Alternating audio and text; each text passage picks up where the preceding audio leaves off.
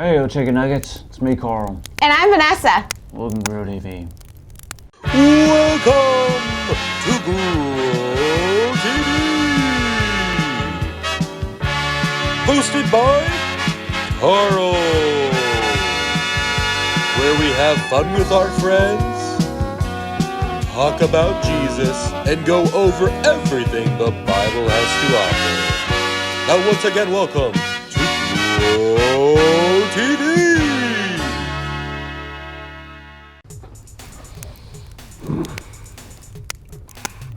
Carl. Psst, Carl. Are you gonna start? What? Oh, yeah, sure. Hey, kids. Today we're gonna count our fingers. Count our fingers? Yeah.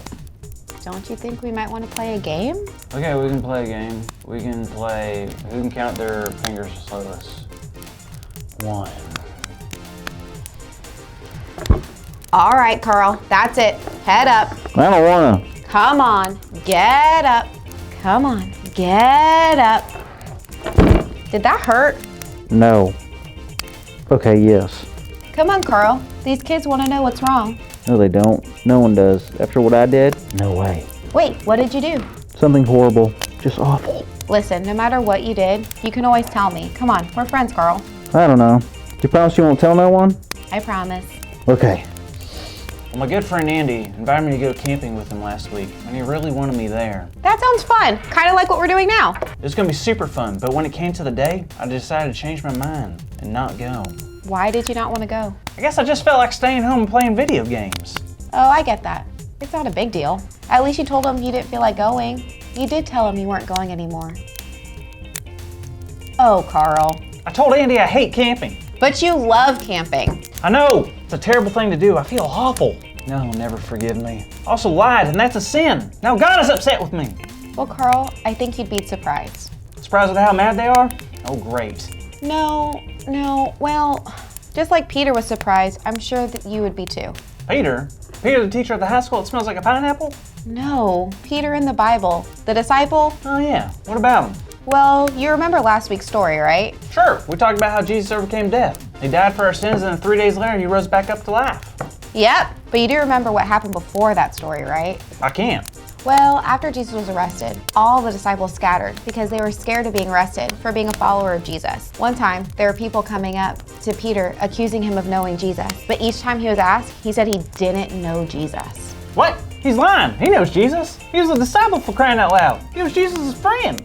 I know he lied 3 times and denied Jesus by doing it. He really did something really bad. Oh, I know what that feels like. So after Jesus had died, Peter returned to fishing. Oh, he went back to his old job. He must have been down in the dumps, huh? Probably. I mean, he spends years with Jesus and begins to truly depend on him. And bam! Ruins his relationship with his friend and his teacher by turning his back on him not once, not twice, but thrice. Yeah, it certainly had an effect on him. So while they were fishing, a man walked out on the shore and realized they were not catching anything. He called out to them and told them to cast their net on the other side of the boat. They listened and then bam!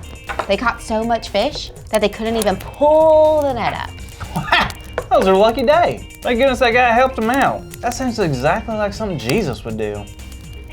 Wait, you're telling me that was Jesus? Of course, it wasn't just some random guy, it was Jesus. What? He was raised from the dead, then he decided to go help out the disciples? How awesome! Did they recognize him? They did. They were so happy to see him, but Peter was so ready to see him, he couldn't wait. He took off his cloak and jumped in the water and got to Jesus as fast as he could. But I bet Jesus wasn't as happy to see Peter after the whole I don't know Jesus thing. That's what you think, but nope. Jesus sat down and talked to Peter, and it was a surprising talk. Surprising how? Well, after they got done eating, Jesus asked Peter a question 3 times. Jesus asked if Peter loved him, and 3 times Peter said yes. Then what did Jesus say? He told Peter to feed his sheep. I wasn't aware Jesus was an owner of sheep. When did he get into sheep farming? No, Jesus meant for if Peter loved him, that he should take care of all of God's children and do what Jesus had taught him to do. Ha! That makes a whole lot more sense than Jesus owning livestock. But what doesn't make sense is how Jesus forgave Peter after all he did. No, it doesn't make sense, but that's what's amazing about Jesus. He does things that go against what we think is normal. His love and forgiveness goes beyond anything we could ever understand. That is awesome and super refreshing to hear. Why do you say that? Well, if Jesus can forgive Peter for all he did, then I'm pretty sure Jesus can forgive me for what I did by kind of lying and not going on Andy's camping trip. I think you're right, Carl, and I think Andy will understand if you explain what happened. Jesus shared with Peter that he loved him and had big plans for him despite his mistakes. Wow! Not only does he offer love and forgiveness, but Jesus gives encouragement. Carl, that's our big idea! Yes! Today's big idea is Jesus gives encouragement. So let's say it out loud on the count of 3. 1, 2, 3. Jesus gives encouragement! Yeah! Way to go, everyone! Woo! So are you gonna be okay, Carl? Yeah, I think so.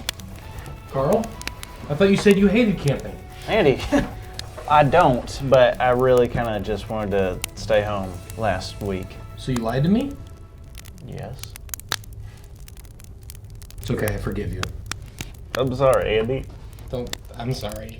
Don't cry. I'm gonna cry if you cry. If you cry, then I'm gonna start crying. I'm already crying. I don't know. I'm so sorry, Andy. Guys, let's try to keep it together. Andy! I'm so glad we're friends. All right, kids. I'll see you next week. I'm terrible. I'm a bad friend. Thank you for watching, and tune in next week for a new episode of Pro TV.